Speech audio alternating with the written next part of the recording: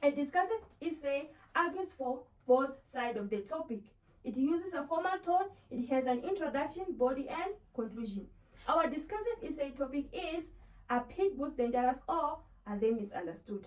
So now we are going to gather our ideas before we write the essay.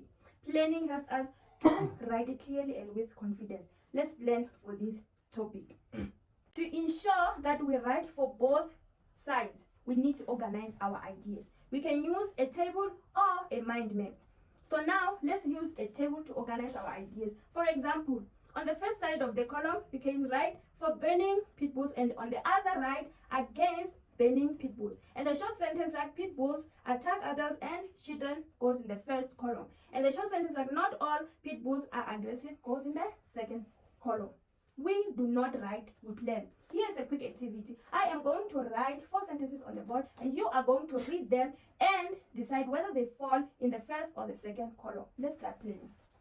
Now that we are done with the planning part of our essay, let's move on to drafting our introduction, our body paragraph, and our conclusion. Our introduction will outline the points to be discussed in our essay. Our body paragraphs will allow each main point to be discussed in detail, and our conclusion will summarize the argument and let the reader know what the essay was about. For the first scaffolding activity, we will focus on introduction. Now learners, group yourselves into 4 members per group and use the topic, are pit bulls dangerous or are they misunderstood, and provide an argument outline to provide the context for the essay, and then link the argument outline back to the topic sentence. After you are done drafting the introduction, now let's focus on this paragraph from the essay where you have to categorize each part according to the Peel method. You will categorize each part according to the Peel method, focusing on the point being discussed, and you will also indicate which part of the essay provides evidence, and then you will also again indicate which part of the essay explains the evidence and which part links the evidence back to the topic sentence. Now that we're done with the drafting, you learners must focus on improving the coherence of the essay. The essay must flow logically from one idea to another,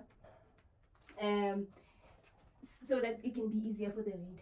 You can do this by using linking words and phrases such as firstly, however, and in conclusion. You can also put your ideas in an orderly manner by starting with planning your writing. You can start with the strongest point, then support your point with evidence, then finish with counter arguments or less crucial points. The second thing that you can do is to strengthen your argument.